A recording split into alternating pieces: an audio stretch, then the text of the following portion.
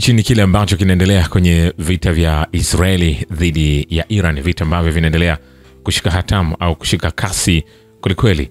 Na zipo taarifa nyingi ambazo tutaendelea kukusogezea hapa zinazohusu vita hivi. Na miongoni mwa taarifa ni kwamba Russia itaendelea kudumisha mawasiliano na pande zote, ikiwa ni pamoja na Marekani kuhusu hali kati ya Iran na Israeli, na idadi ya mawasiliano hayo itaongezeka katika siku chache zijazo, anasema naibu waziri wa mambo ya nje wa Russia Mikhail Bogdanov. Anasema sitadhani kitakachotokea sasa hivi kwa sababu hali ni hatari sana kwa kweli. Mashambulizi yanafanywa kwenye vituo vya nyuklia na nishati ya Iran. Uvujaji wa mionzi ambao bila shaka haujui mipaka unaweza kutokea. Na hii bila shaka ni hatari sana kwa nchi za karibu, hasa nchi za Guba, na hii inaleta hatari kwa sisi sote. Na katika uhusiano huu tutaendelea na mawasiliano haya, ikiwa ni pamoja na rais wa Marekani Bogdanov, ikiwa ni pamoja na rais wa Marekani. Kulingana na Bogdanov, rais wa Urusi Vladimir Putin hivi karibuni amefanya zaidi ya mikutano 100 na mazungumzo na viongozi wa Kiarabu. Anasema nadhani siku hizi idadi ya watu kama hawa itaongezeka kwa sababu kazi yetu ni hakika kushawishi kila mtu kuacha umwagaji damu na kuketi kwenye meza mazungumzo, mwanadiplomasia mkuu wa Urusi alisema. Lakini licha ya juhudi hizo ambazo Urusi anataka kuzifanya, huku pia naye akiwa na vita vinavyoendelea kushamiri huko, ni kwamba Israeli imepiga shabaha kadhaa katika mji mkuu wa Iran wa Tehran, ikiwa ni pamoja na makao makuu ya shirika la uvumbuzi na utafiti wa kujihami. Jeshi la ulinzi la Israeli IDF limesema IDF ilikamilisha mfululizo wa mashambulizi katikati mwa Tehran. Malengo kadhaa yalipigwa, ikiwa ni pamoja na maeneo ya uzalishaji wa makombora ya kijeshi na makao makuu ya SPND kwa ajili ya utafiti na maendeleo ya mradi wa silaha za nyuklia wa Iran.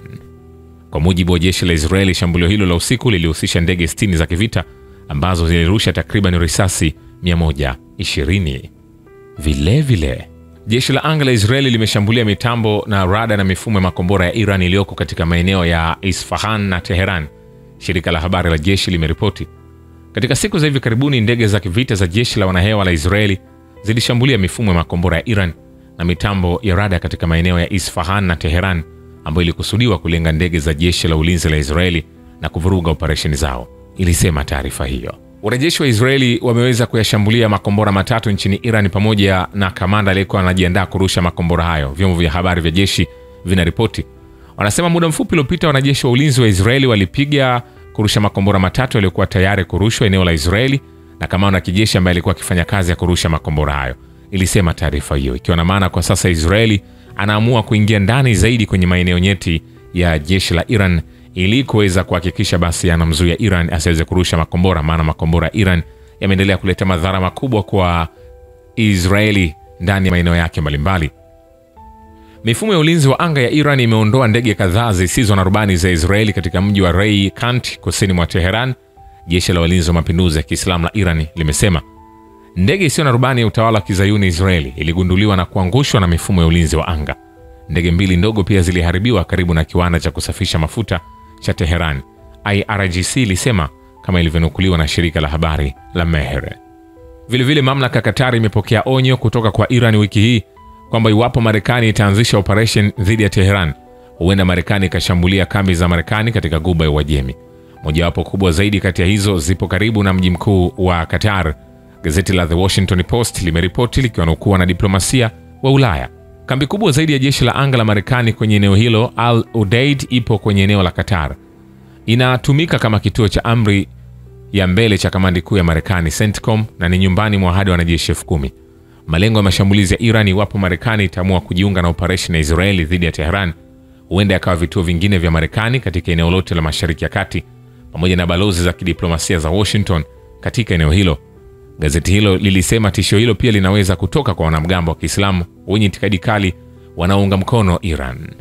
Vile waziri wa ulinzi wa Israeli Israel Katz ametoa onyo kwa Hezbollah ya Lebanon dhidi ya kuchukua hatua zozote za chuki dhidi ya taifa la Kiyahudi na kutishia kuangamiza vuguvugu la Shia iwapo litaiunga mkono Iran. Haya yakiendelea, kiwanda cha nishati ya nyuklia cha Bushehr nchini Iran si kituo cha kijeshi na hakijajengwa kustahimili shambulio la kombora. Alexei Likachev, mkurugenzi mtendaji wa shirika la nishati atomiki la jimbo la Rosatom la Urusi, anasema kiwanda hicho si kituo cha kijeshi, hakina vifaa vya kustahimili mashambulizi ya meli au makombora ballistic, aliambia channel ya Yunashev Live. Likachev alieleza kuwa kama kituo kingine chochote cha kiraia, NPP ya Bushehr haikulindwa kutokana na uchokozi wa maksudi.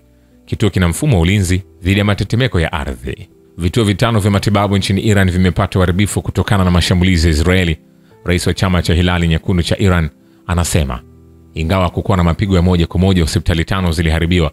Hata hivyo, kutokana na mashambulizi ya karibu, Kolivand alisema akinukuliwa na shirika la habari la ISNA. Takriban watu 67 wameuawa katika mashambulizi ya Israeli kwenye ukanda wa Gaza kwenye muda wa saa 24 zilizopita, Wizara ya Afya Gaza imeripoti siku ya Ijumaa. Kuanguka kwa serikali ya sasa nchini Iran kunaweza kusababisha kukosekana kwa utulivu, sio tu ndani ya nchi lakini pia katika Mashariki ya Kati nzima. Waziri Mkuu wa Hungaria Viktor Orban anaonya, ikiwa serikali kuu ya Iran itaanguka, nchi nzima inaweza kuanguka pia na kuenea kwa utulivu kunaweza kuanza. Alikiambia kituo cha radio cha Kosot akitoa maoni yake juu ya mzozo wa kijeshi kati ya Israeli na Jamhuri ya Kiislamu. Kulingana na Orban, katika kesi mzozo huo utaenea na kukumba eneo zima, maendeleo ambayo yanapaswa kuzuiwa. Ni kwambie hivi, hatujamaliza. Hali ya wasiwasi katika Mashariki ya Kati ni hatari sio tu kwa eneo hilo bali kwa ulimwengu mzima. Msemaji wa Rais wa Urusi Dmitry Peskov anasema kwenye mahojiano na Sky News, hali ni ya wasiwasi sana na ni hatari sio tu kwa kanda lakini kimataifa. Kuongezeka kwa idadi ya washiriki wa mzozo kunaweza kuwa hatari zaidi. Itasababisha tu mzunguko mwingine wa makabiliano na kuongezeka kwa mvutano katika kanda. Ni kwambie hivi, hatujamaliza. Israeli inakabiliwa na hatari kubwa kutoka kwa mgawanyiko wa ndani, huku kukiwa na upanuzi wa kikanda na mipaka isiyojulikana kuliko kutoka Iran.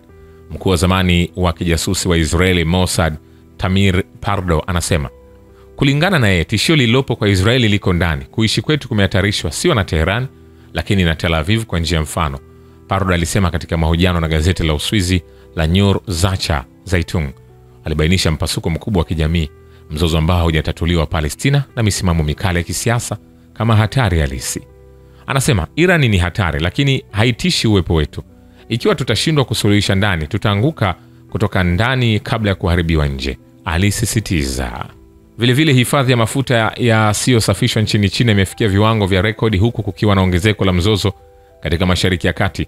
Visafishaji vya ndani vinaripotiwa kutokerwa na usumbufu unaoweza kutokea wa usambazaji kutoka eneo hilo na hawana haraka kutafuta njia mbadala, Bloomberg imeandika. Katika mgogoro huu ambao unaendelea kushika kasi baina ya Israeli na Irani, ni kwambie mzozo huo unahitaji kuzuiwa. Mjumbe maalum wa Rais wa Urusi kwa Mashariki ya Kati na Afrika Mikhail Bogdanov, ambaye pia anahudumu kama naibu waziri wa mambo ya nje, anasema. Shukrani kwa Babu Kivita na Historia Dunia. Mimi ni Richard Shaw, The Rich Voice. Ni follow Instagram na TikTok kama Rich Voice Official. Asante.